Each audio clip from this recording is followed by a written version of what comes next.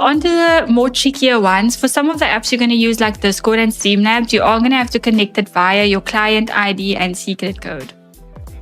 So if I show you, for example, how we add this mute button here, you are going to see it's going to ask you to set it up and authorize it. So we're going to open up this link.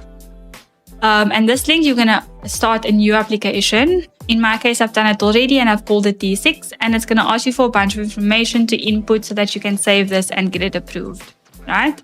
Once it's approved, you are going to go to authorize here on the left panel, and you are going to see all of the client information that you need to insert. You'll get your client ID and your secret as well. This is what you are going to use to insert into your Stream controller so that you can request authorization. The important thing is you are going to need a redirect URI, and you can get that by going to the tutorial here, or this is at least how I've done it.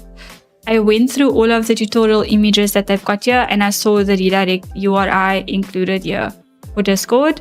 Used that and everything was set up all good.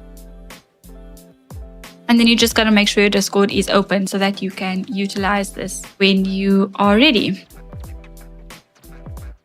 Request authorization, and you'll get an interface here to say authorization successful. Then as long as your Discord is open, you'll be able to mute and deafen as much as you want to. There's other things on the right hand side, as you can see, that you can do, but these would be my main two things that I would be doing through Discord. Then Streamlabs is going to work quite similarly in that you are going to add your icon that you're wanting, and it's going to show up here with a link to go to the Streamlabs developer dashboard, where you are also going to add an app, add all the information in there, describe what the app is used for, and then submit for approval. As soon as it's submitted for approval, you'll see that it's in testing, and you'll be able to grab your client ID and your client secret from there and connect the two.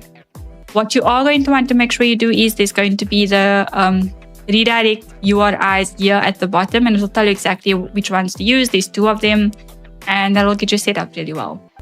So for each item that you need to connect, it's quite straightforward. You just have to make sure you are clicking the links that's provided in this app to make sure you know exactly what to do and you've got all the information that you need.